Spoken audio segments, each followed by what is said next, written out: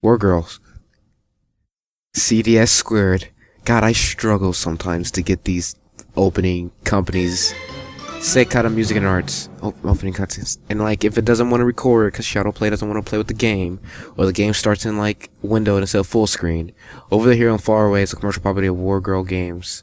Stories property contained our intellectual property. It's copyright. Don't steal. Over the Hills and Far Away.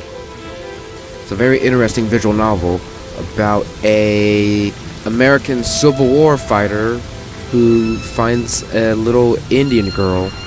I'm sorry, Native American. And they fuck, I assume. I assume that's what it'd lead to. Full screen.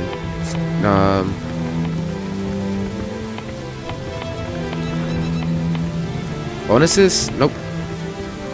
I'm not gonna click web. I'm afraid that's gonna open the thing. So we're gonna start a new game, a new laggy game, because it's a visual novel. It shouldn't. Okay, whatever. When it comes your time to die, be not like those whose hearts are filled with the fear of death, so that when their time comes, they weep and pray a little more in the Tecumseh. The Northwest Frontier. October 12th, 1813.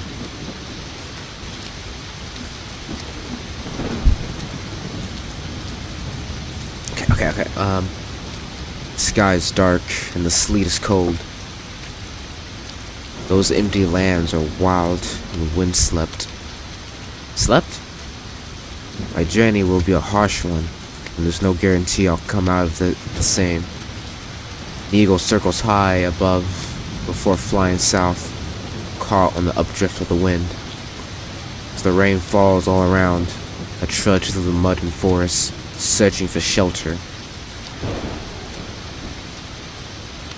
Alone in the wilderness, I pass through the long grass of the battlefield.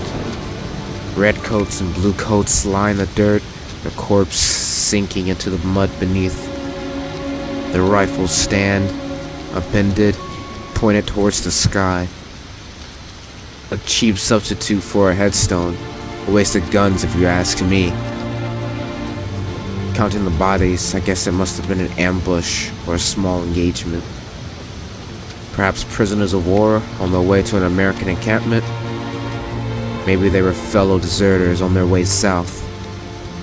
Continue to walk past the bramble and puddles, deeper into the battlefield.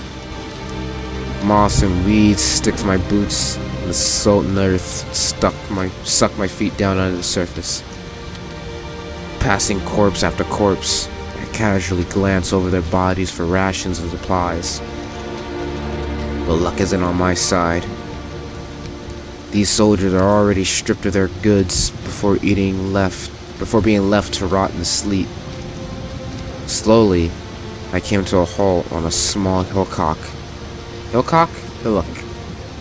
At the edge of the field. Effects are great, because it's not just like rain. See, it's glowing like there's lightning. That's fucking neat. I haven't seen that yet. I've seen rain, but not lightning.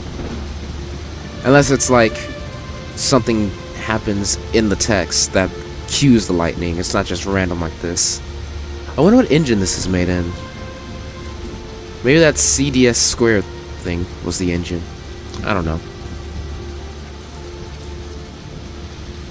The rain continues to pelt down from above. Should I keep going from here? Wherever here is? And the further I push south, the less chance I have of returning. I look back across the valley. Alas, orders to retreat didn't leave us with any clues. Burleton. No, that's too gruff. Burleton. Something about Burleton. The men retreating were headed for the British encampment there. I stand for a few moments, staring into the distance. I'm William Aubrey of the 41st Regiment of Foot, following a last engagement to the north of the Thames River. Thames? Thames. I I fled southwest and crossed the Detroit River. Now, deep into enemy territory, I'm headed south through Michigan territory. Where I go from here, I cannot say. If the British were to find me as I am now, I'd certainly be shot for treason. Is this the Civil War? What's the British war called? Is that the Civil War? I'm getting my, wars confused, because I'm not American.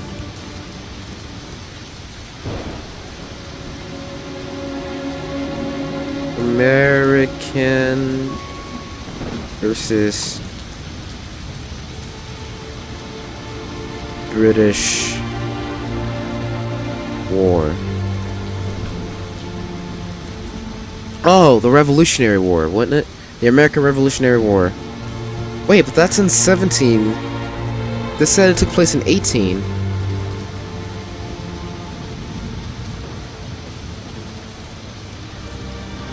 American Civil War.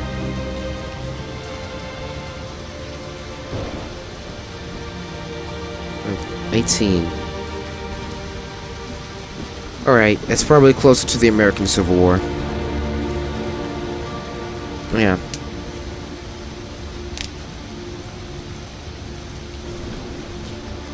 Wait, so are we a redcoat? Huh.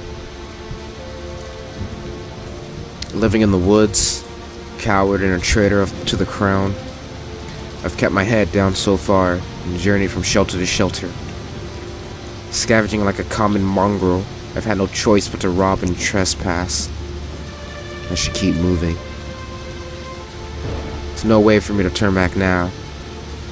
If I'm to desert, I should keep running for as long as I can. Perhaps I can find an American regiment looking for a new recruit. No, I'm done fighting. There's not a life I can return to. I have no business being a soldier any longer. I have no love for the old king or for the new republic. I only wish to find my own place to call home. To be a free man, to find my fortune. After all, what is there to win here? Glory? Freedom? Land? There's no spoils of war for cannon fodder. Either left to rot as a prisoner of war, to hang or made to fight under men like Proctor again. I'll take my chances as a free man any day. I began walking again. My boots slowly become caked in mud and slime.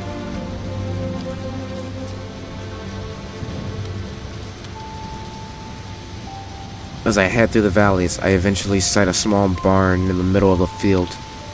Seemingly abandoned, I began trudging toward it at a hurried pace. After living in the wilderness for nearly a week, I could use some shelter. Absent-mindedly, I rest a hand on my shoulder as I walk and feel the wound there. Shot in the woods during the last engagement, I was hit by musket fire. I barely noticed it after the first few days, but it's beginning to bleed more after sleeping in the mud.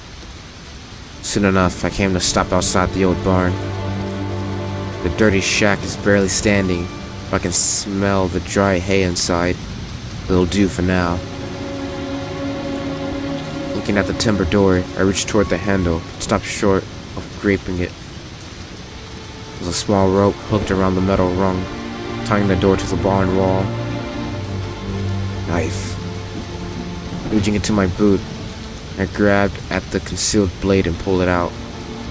I turned the dirty wrapping over my hand, examining the broken handle. Then I slowly saw at the rope until the thin string breaks in two. Placing the knife in my boot, my thought strikes me. I'm probably in someone's land here. Anyone could be inside this barn. An American soldier with a rifle, native rebel with a tomahawk, or a farmer angry with me for trespassing on his land. I let the strap of my musket fall down over my shoulder, and I take the weapon in my hand.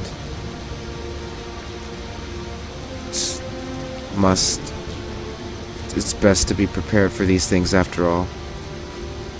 I move forward and begin to pull out the barn door, prying it open. Leaning up against the wooden frame, I grab at the handle and pull. Slowly, the timber board begins to shift. As the barn door swings open, I quickly stumble inside to the musty shelter. My eyes take a few seconds to adjust to the darkness.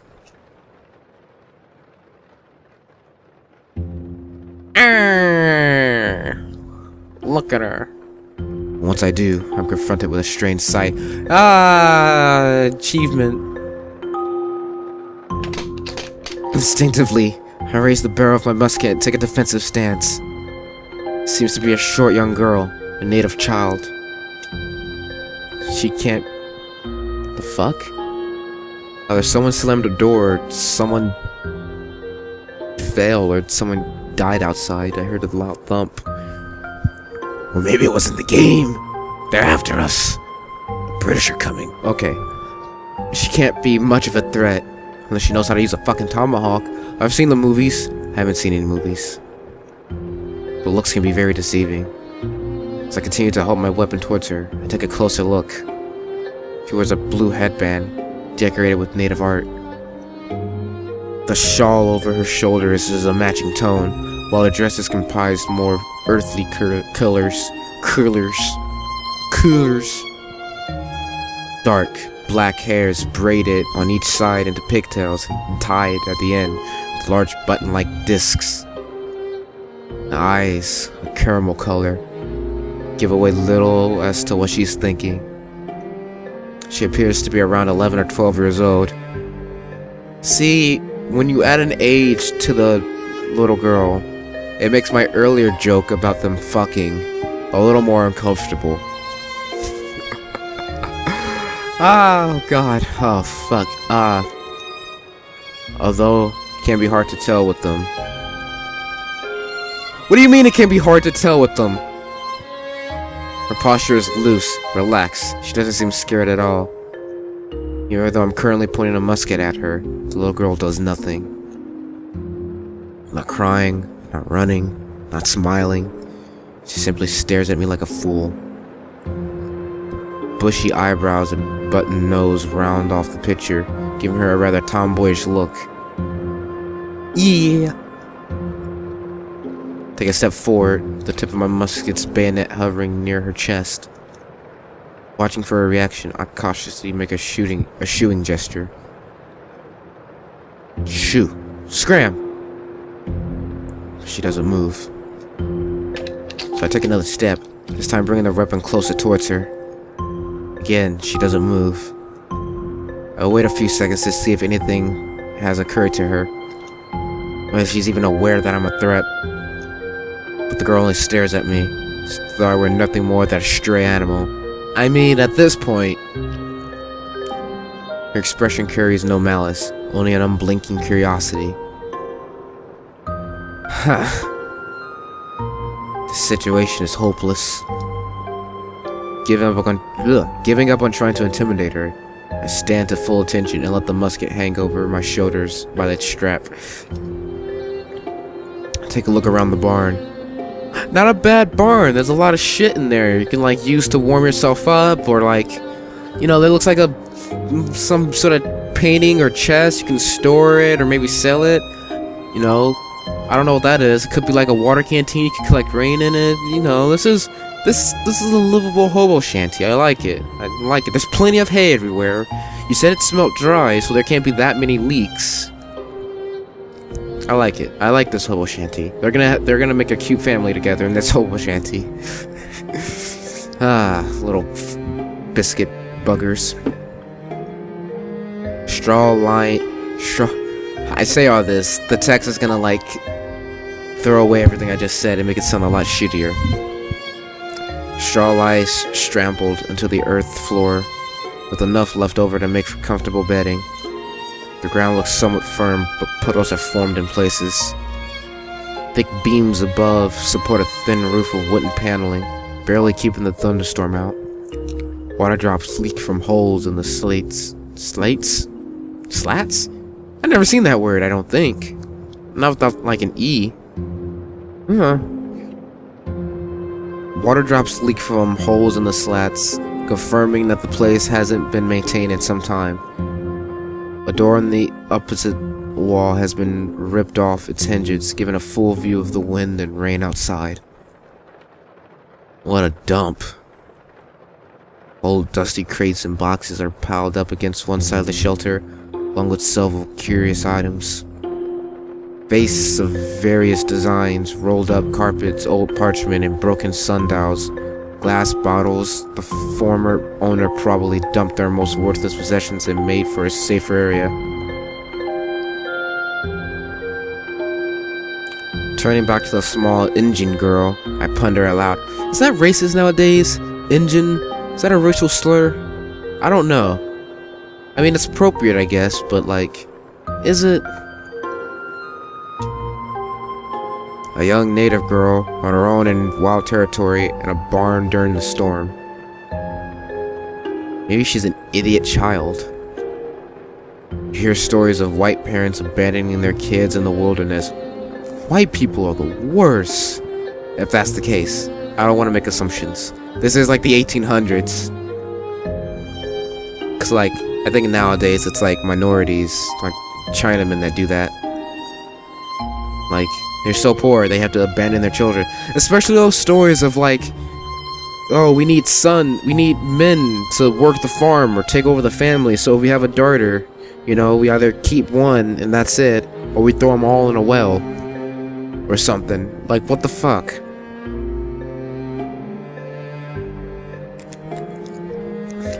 Oh, goodness.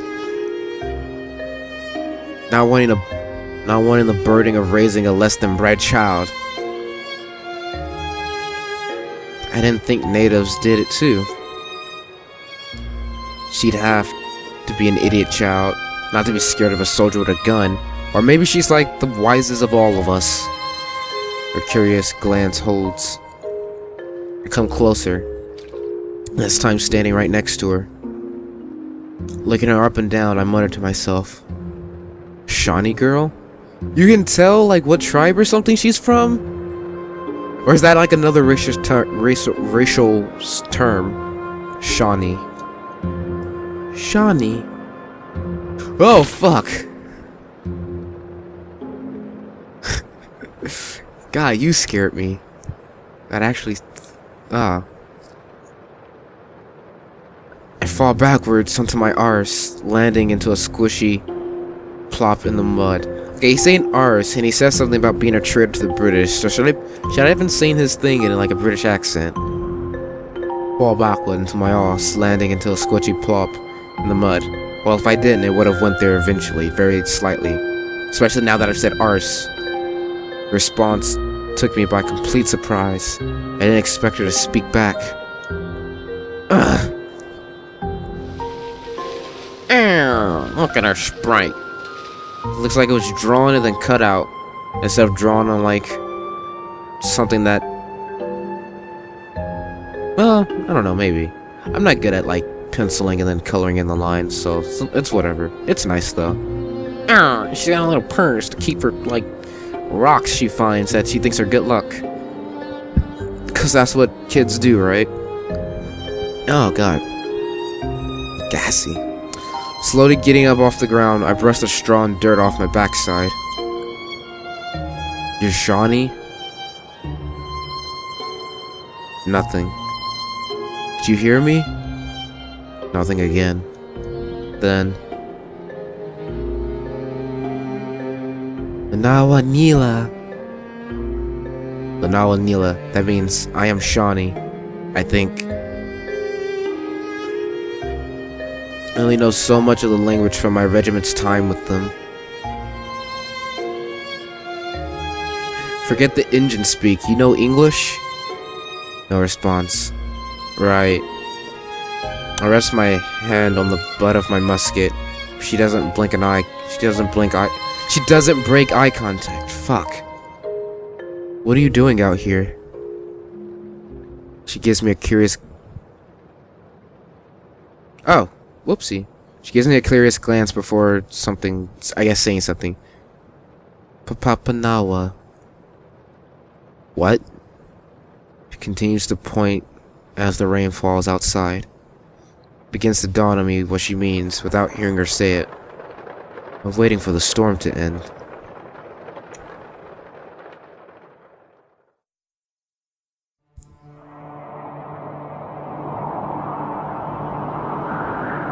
Many years ago, this continent was racked by a bloody and destructive war. I was the only boy at the time.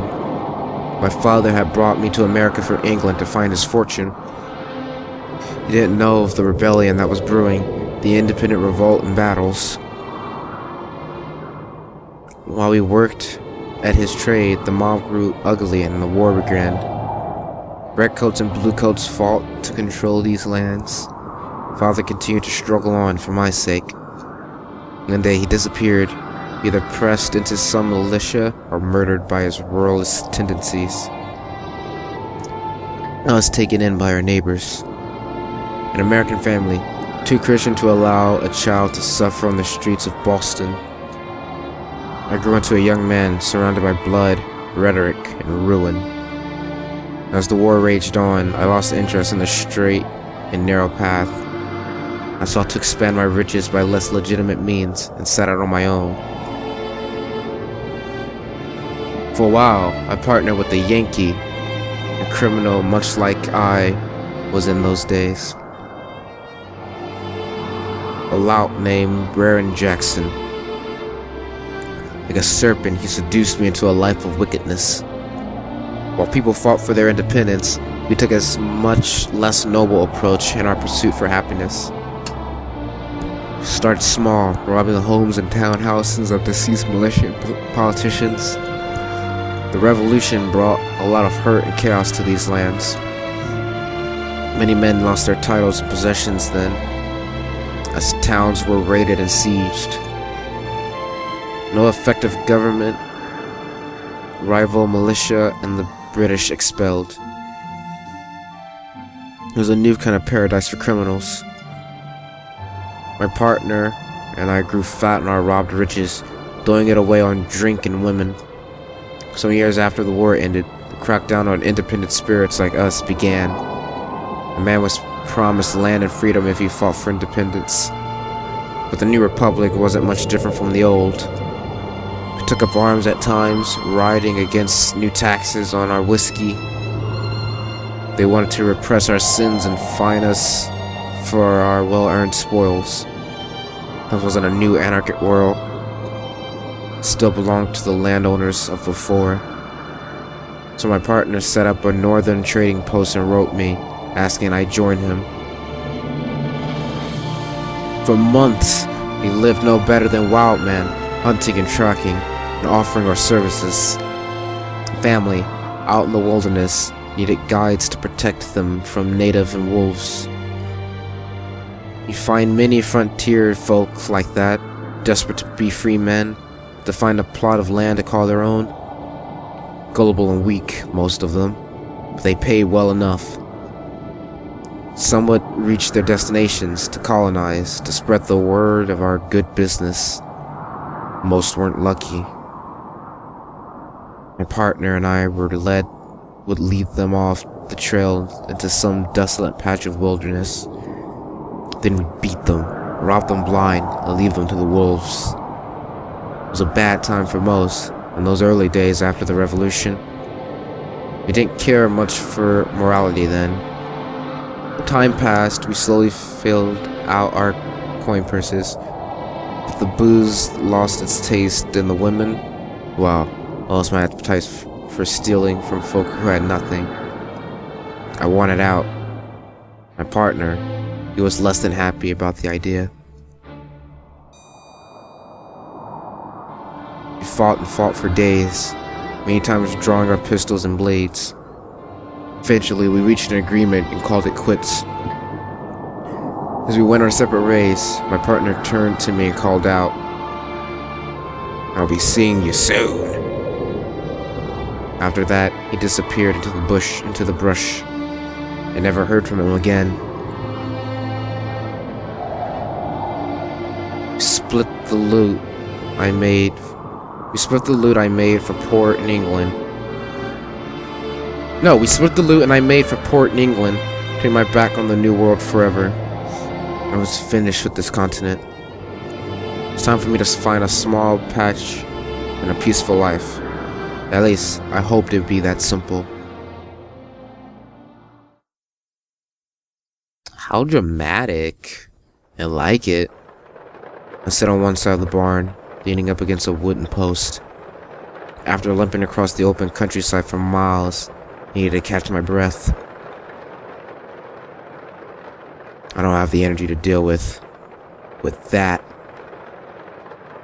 The young girl stays where she is, staring at me. Why couldn't this place be abandoned? All I wanted was some rest from the rain.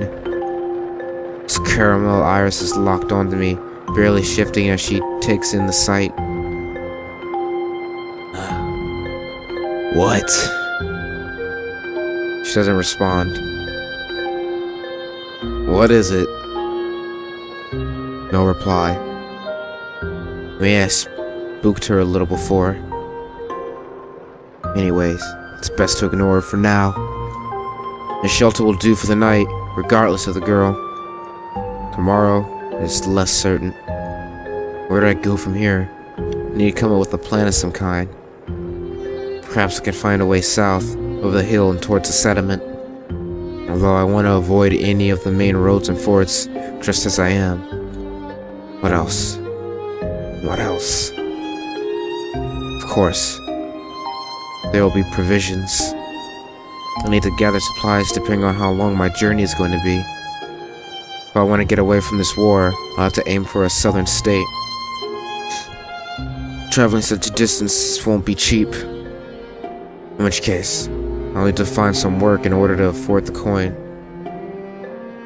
Either that, or raid the supplies from a general store and run. Maybe even trade with one of the tribes if I can make it to an Indian land. Perhaps the kind chief will take pity on me and give me free shelter. Well, I did just find myself a potential bargaining chip. Looking across at the child, seems he's playing with some kind of leather pouch. Hey, wait a minute. Check my hip and find my cartridge box is missing. You little sod, that's mine. Just when did she steal that? Knowing my perturbed tone, the girl pulls out a paper cartridge and fiddles with it. Hey, leave that be. Who was I saying? Liam O'Brien. I feel this guy would be another Liam O'Brien voice. I feel it. I feel it in my voice. As I struggle to my feet, she ripped open the packet. A cloud of gunpowder is thrown up into the native's face. It? Can you stop calling it it? It's probably a girl. I don't know if you feel like checking, but I'm sure it's a girl. It starts coughing a fit. And she's taken by surprise. She drops the cartridge box, which lands on the ground without a clatter. Eventually the air clears and the girl is covered in a city mess. Maybe he was calling the cartridge it, but then that sentence didn't make sense to me if that was the case. Oh, damn it. That's why I told you to leave it alone. I snatch the ruined cartridge and pick up the ammunition off the ground. The child groans, blinking rapidly to keep the powder out of her eyes. What's wrong with her? Doesn't she know what gunpowder is? The girl brushes her dress with her hand, trying to get the stuff off. Black dust slowly floats up as she wipes off the soot. And it makes the young brat sneeze. You'll never get it off that. She stops and stares at me. Bending down, I point to a puddle on the floor nearby. Clean yourself off with rainwater. It'll get most of the powder off. keeping it wet might stop her from catching fire too. That is, in the event she comes into contact with any sparks. After a few cautious glances, she dips her hand into the puddle. The girl slowly washes her face with the muddy water. Eventually, the black soot disappears and is replaced with somewhat clean complexion. Now stand there quietly and don't touch my things. I berate her, but as far as I can tell, she doesn't understand a word I'm saying. Gripping my cartridge box, I slump back down on a patch of hay, examine the paper, and find the musket ball still hidden inside. But without the gunpowder, the cartridge is essentially useless now. Still, never knew when some extra wadding might come in handy. I replaced both items inside my box, which I attached to my belt. Turning forward, I find the girl staring at me again. Those caramel eyes hanging on my every movement. Thinking about it, I should probably watch myself around this brat. I didn't even notice her stealing my ammunition. Who knows what else she might try and pull. If I'm not careful, she might go for my bayonet or something. Keeping one eye on the child, I try to make myself comfortable. As I sit up, I feel a strange tinge of pain again. The wound's already acting up. Carefully lowering the collar of my jacket, I check the bullet hole in my arm.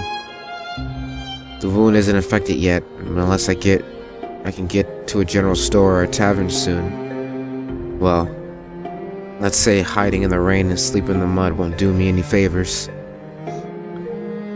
Reaching into my jacket pocket, I pull out a canteen. Find a lot of rum ration. Definitely need to get to a tavern. Pull off the top and take a swig. Then I pour some alcohol into my open palm and rub it into my upper arm. Slowly, the rum trickles down and seeps into the wound. The booze stings as I clean out the bullet hole, the blood mixing with it and running off. Making gentle rubbing gestures, I can't tell if I'm making things better or worse. But the alcohol helps in any case. As I heave a sign and take another drink from the canteen, I find the girl is still watching. With a mouthful of grog, I mutter, "What? Never seen an Englishman bleeding out before." She doesn't say anything. "Don't want to speak English, eh?" Nothing. Well, that's fine by me. I don't fancy talking with a native brat over deer face paint. If I'm gonna die here, I might as well do it in peace with some rum in hand. Kineki. Huh? The girl disappears behind a pile of junk on the other side of the barn and begins to rummage through the muck. "Hey, what are you doing back there?" I call out to her but receive no response.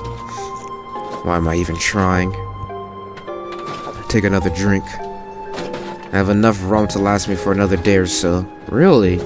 The rate you're drinking, it might be gone by the end of the day. Better make it count. Soon the girl reemerges, clutching an old piece of cloth in her hand. She comes closer and kneels in front of me. Her dress dips down into a puddle at her feet, soaking the earthen fabric a darker shade of brown. Then opening up her satchel, she pulls out a small pot with some kind of cream inside. The girl begins dabbing the rag with an ointment, creating blotches on it.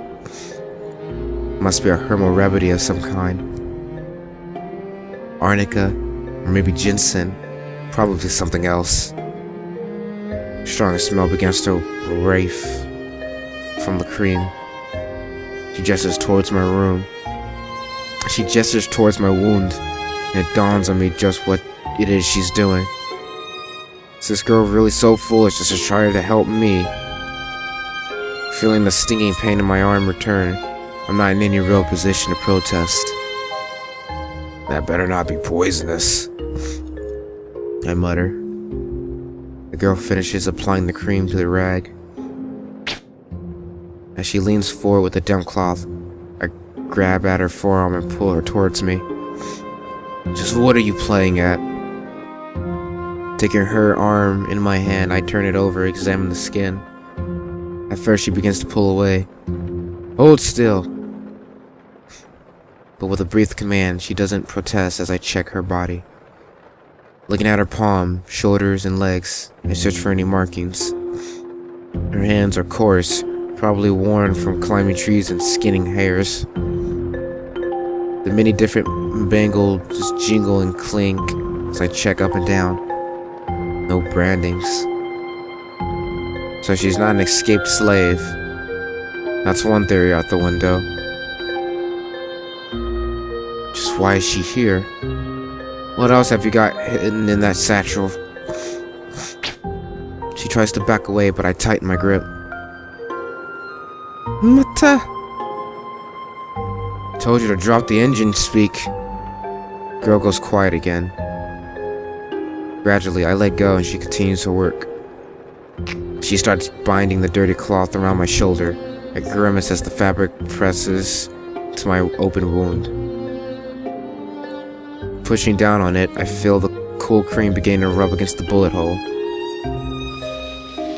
Tying it tight around the gash, the girl backs off and I slowly adjust my shirt and red coat back over.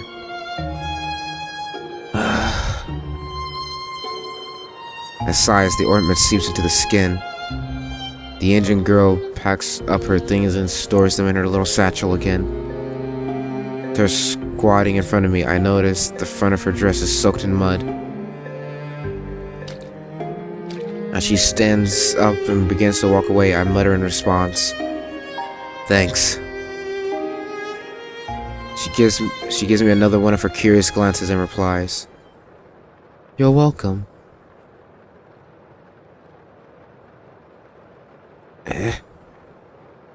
Did she just... You can speak English? Well, it is the 19th century. Alright, don't get smart, girl. Shit, yeah. She gives me a tired look. Why the bloody hell didn't you say so before? I didn't have anything to say. The nerve of this child. Since when? White traders often come to our village, so nearly everyone here speaks it. This must be revenge for grabbing her or waving my gun in her face. It would seem English is more commonly spoken among the natives than I thought. I need to get to a tavern soon. I begin to shift my weight in order to get up. If I stay in this barn any longer, I may go mad. You shouldn't move. Your wound won't heal at this rate. You're not a surgeon. But I try to stand. I find my legs buckle and I sink back down. A bit confused. Push again and try to get myself standing. Slowly, I raise up and get my bearings. But after a few seconds of struggling, I fall back down into my sitting position. Can't do it. My legs can't take the weight. Been traveling non-stop for days and sleeping on the hard ground through the rain and frost. My entire body is weary from endless trudging across valley and plains. Leaning back against the wooden post, I take a few deep breaths. The young girl continues to watch me as I give up on my struggle. What is it? I mutter in exasperation. Maybe now you'll be able to heal. She smiles at me like a fool. Damn it! It looks like I'm stuck here for the time being. I slowly shift about and try to become more comfortable. What's your name, girl? I guess I'll try to make peace with her for now. Ooh, okay. Mikita Tokosimu. Mikita Tokosimu. What? Mikita Tokosimu. Thought you said something like that. What does that mean? Usually Indian names have some kind of meaning. Something to do with the land or animals or things like that. The girl goes quiet on me. So it's Makisoro? Makitoto Sumu. This is going to be more annoying than I thought. How about Mai? Mai? Think of it as a nickname. I'll save me some time in that case. Name? It's something that allies use. We're allies now. After all, if I'm British and she's Shawnee, then we're natural allies. Is that how it works? Or are you being sarcastic? Allies. What's the word? Kokumtha. She gives me a disapproving look. Wait, is that wrong? It's a tough language to get right after all. I understand. Friends. Ah, well, that's good. Why am I trying so hard with this child? I am Mai. Good. My village. Once of the Kispoko tribe. And clan of the Patakini the Womshfumi. Right. Who are you? What's your name? I'm Aubrey, an Englishman by birth. All you white men have strange names. You shut up. I don't want to hear that from a girl with a name 10 syllables long. Anyways, what are you doing out here all on your own? Don't you have someone else you can be pestering? I'm ready for the storm to end.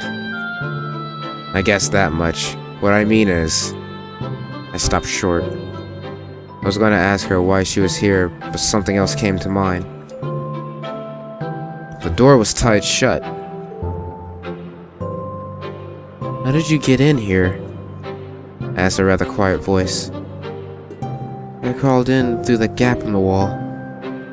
She gestures to a broken opening in the barn wall. Oh. Now that's a disappointing explanation. Well, what are you doing alone in the middle of nowhere? There's nothing here for miles around, other than a field full of corpses. She pulls an uncomfortable expression. Trying to find my way home. Trying? You mean you're lost? Nothing. Well, I guess even the native gets lost sometimes. Surprising as it is to hear of it. They're a hardy bunch. They keep to themselves, living in the forests near to rivers. Mysterious lot. You often hear stories of scalping and murders and rape. Many men hate them and fear them, but I never felt it myself.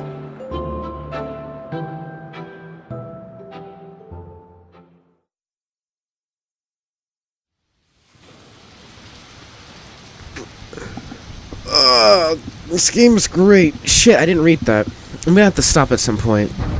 In fact, I'm just gonna abruptly end it here. Over the hill, and I'll save. Maybe I'll play it later. I've got like a backlog of visual novels, and I don't know what to do with them. How do I go to the main menu?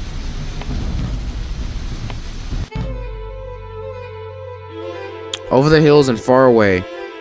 The game about a British turncoat and an Indian girl. Let's see what Web does. I figured as much. Whoa. They made other games. My Little Dictator. Yokyoku. Terminal computer. Okay.